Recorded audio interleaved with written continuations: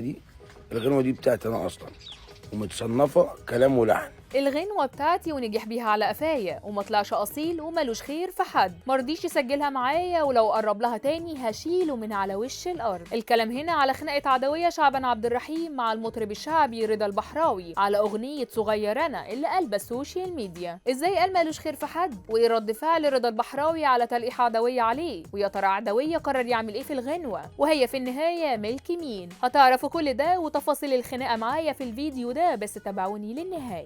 خناقة كبيرة بين المطرب الشعبي رضا البحراوي وعدوية من المطرب الراحل شعبان عبد الرحيم اللي قلب السوشيال ميديا واخدة ترند والكل بيتكلم عنها. الحكاية بدأت لما رضا البحراوي لهف الأغنية دي من عدوية، وأصلا هو من أول ما شق طريقه في الغنى عمره في حياته ما عمل العملة دي. طيب إزاي اتجرأ وعمل كده؟ وفي اللي بيقول عليه ده بقى زي مطربين المهرجانات اللي كل يوم والتاني لاهفين أغنية من حد وطالعين بيها ترند. بس الحقيقة إن رضا البحراوي مميز في كل حاجة، حتى في الأغنية دي بتاعت صغير أنا اللي أخدها من عدوية ابن شعبان عبد الرحيم بشياكة وبكل حب. وحسب ما قال عدوية يعني إن لما رضا البحراوي سمع الأغنية أول مرة حبها جدا، وقال لك دي أنا لو غنيتها هكسر بيها الدنيا، واتصل فورا على عدوية وقال له أغنيتك جامدة جدا وعجبتني، ممكن أغنيها في الفرح اللي هحييه الأيام اللي جاية. وطبعا عدوية ما قدرش يكسفه، بالعكس ده فرح إنها عجبت رضا وما كانش يعرف إنه هيستولى عليها. حفظ رضا البحراوي كلمات الأغنية وراح غناها في أول فرح وتاني فرح وتالت فرح لحد ما طلع ترند بيها على السوشيال ميديا، والناس بقت تطلب منه يغنيها وبقى بيتعامل معاها على انها اغنيته وما بيجيبش سيره عدويه في الموضوع خالص. طبعا عدويه لما شاف الاغنيه بتضيع منه كلم رضا وقال له ايه رايك نسجل الاغنيه مع بعض ونعملها فيديو كليب، بس رضا كان رده صادم وقال له لا لا اغنيه ايه دي اتهرست خلاص مش مستاهله ان احنا نسجلها. والكلام غاظ عدويه قوي لان هي فعلا اتهرست، بس رضا اللي هرسها بقى ماشي يغنيها في كل مكان.